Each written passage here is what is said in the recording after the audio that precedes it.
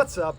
I'm back. Ladies and gentlemen, welcome back to the Paper Tiger. If you're new here, my name is Steven, and today, boys, we are going to get my dirt cheap motorized bike running again. For context, I bought this vintage bike that somebody has jerry-rigged a 2 horsepower Briggs & Stratton engine onto. I picked it up for $30, nicknamed it Project Eyesore, and in the last video, basically did all of the boring stuff, like brakes, tires, a handlebar swap, and a bunch of new parts. Basically, everything to make it safe and drivable. I didn't touch the engine at all last video, but then one night, me and my friend Aaron got bored and decided to see if it would run, only to find an immediate issue. We gotta take the gas cap off though, and it's stuck. Yeah, stupid metal gas cap. That was easy We go enough, Briggs huh? & Stratton. Ooh, wait, hold up. Ooh, wait. Oh. Ooh. Oh. Oh, man. Oh. That's a lot of orange. Why not just try and put some good gas into it and see what happens?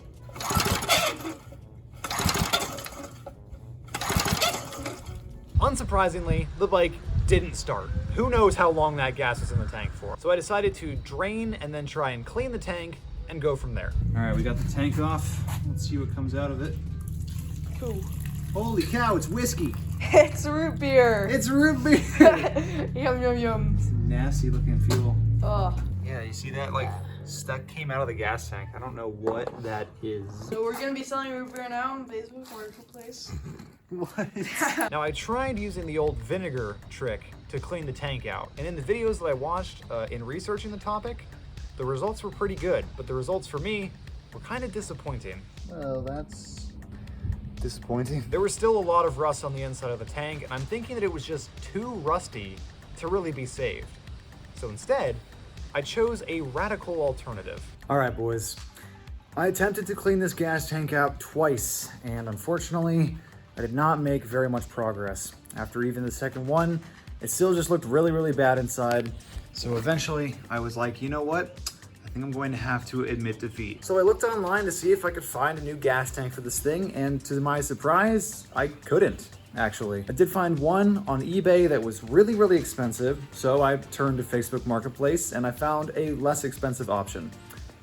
This. I just picked up an entirely new engine, and funny enough, the color actually matches the bike a lot better than the black and rusty one. So this actually might be pretty cool. So I just threw some fresh gas in the tank, and yes, the tank is nice and clean as opposed to that one. And I'm gonna see if it'll start.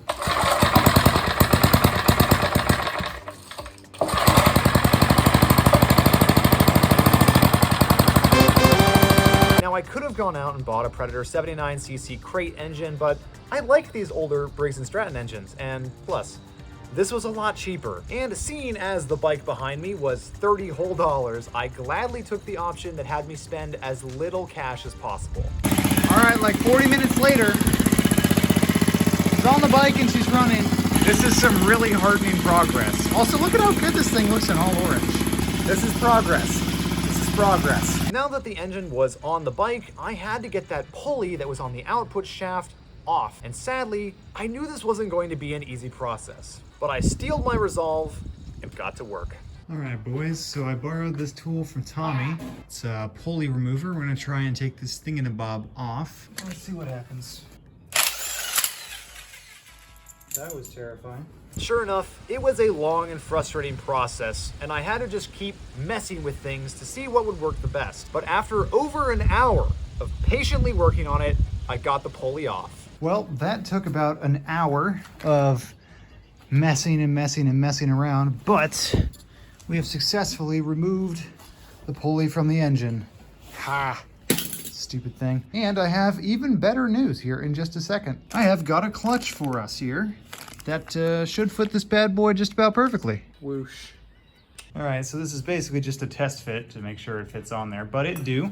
And it spin. Oh, and it spin. Whoa, what the flip? Whoa, hold up. Well, this might be a message to not buy an Amazon clutch, because what the hey? Well, I mean, I guess I can beat the crap out of this clutch and not have to worry about it now, because it's already messed up. All right, gotta clean up here.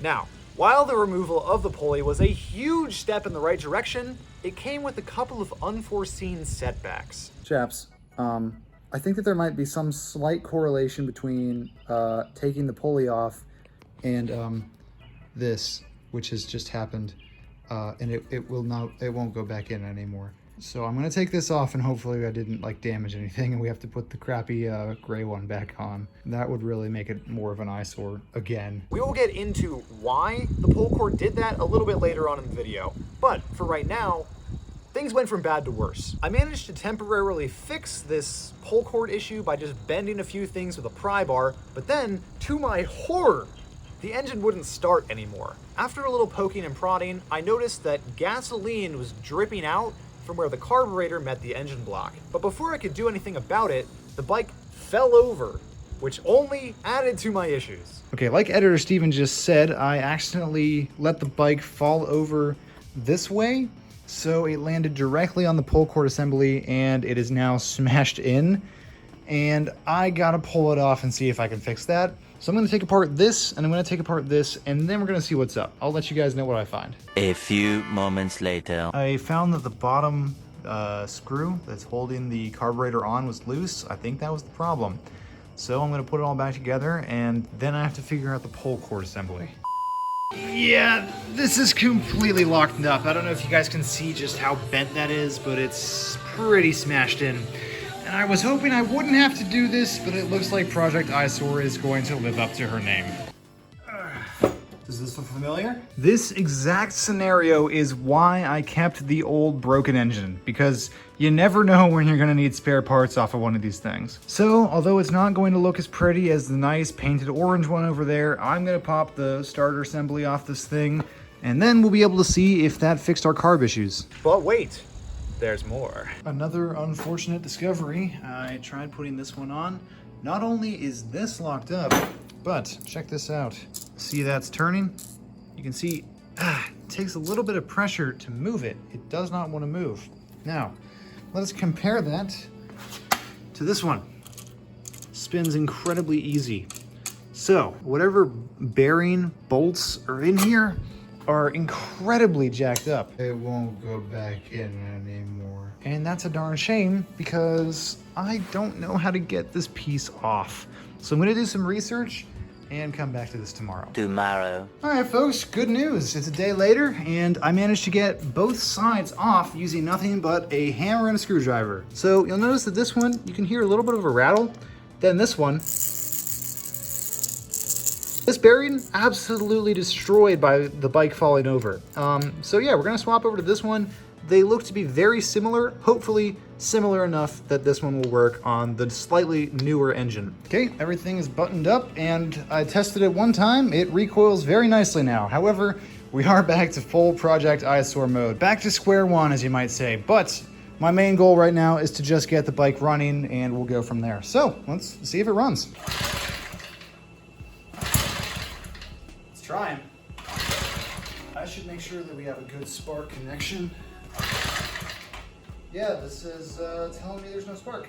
Oh, hello. It's super faint. It's not getting enough spark to run. 2,000 years later. Okay, so it's been like 20 maybe minutes, and I don't know if you can tell, but it's a little hazy in here. So I decided to take a look, and I tore apart this one for no way that just happened. There's no way that just happened on camera. See, the kickstand on this bike is very unstable, and I have to support it with that block of wood. And if it vibrates a little too much, it'll fall over. And the engine was just running. That's what I was trying to get to. Let me pick it up. Okay, I moved the bike over there to slightly more level ground, and let me just see. It should still, does it? Oh no, I think it's good. I spoke too soon. I was trying to say, before the bike fell, that I got the engine started. It started. I fixed it.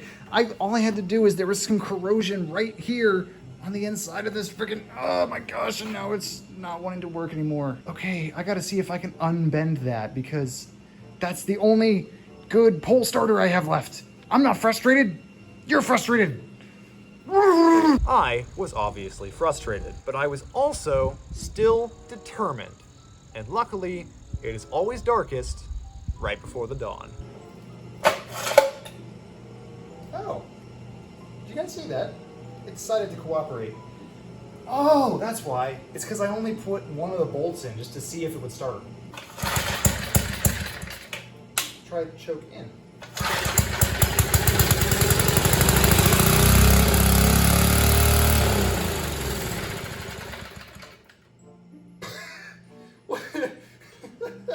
Did I bump? I must have bumped something with the card. I did bump something. That. Okay, it's gonna work. So much later that the old narrator got tired of waiting and they had to hire a new one. All right, little update for you guys. Let me adjust my light here. I just put this back on because I finished up the throttle assembly. As you can see, it's now an arm as opposed to this sliding mechanism that was here. Here's the arm. It's got a little spring behind here that keeps it together, and it is bound to the throttle by that little silver wire there, which used to be a paperclip. Not anymore. So, yeah, I'm gonna see if my new throttle assembly works.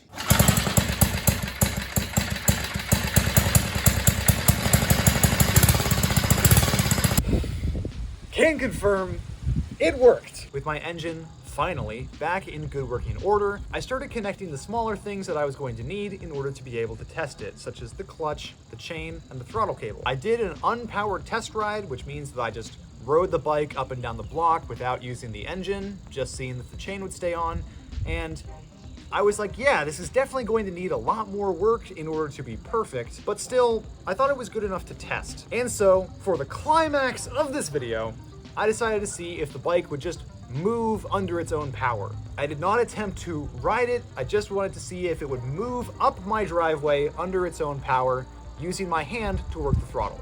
And this is what happened. All right, let's see if the engine can just get up this slight incline.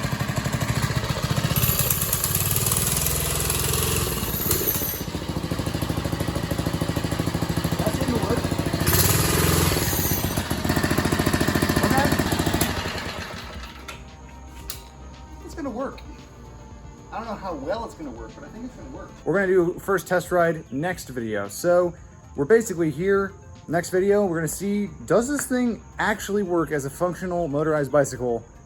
I have no idea. I genuinely don't. I mean, it seems like it's going to, but I really don't know. Anyway, yeah, that's gonna be it for this time. So subscribe if thou do desire.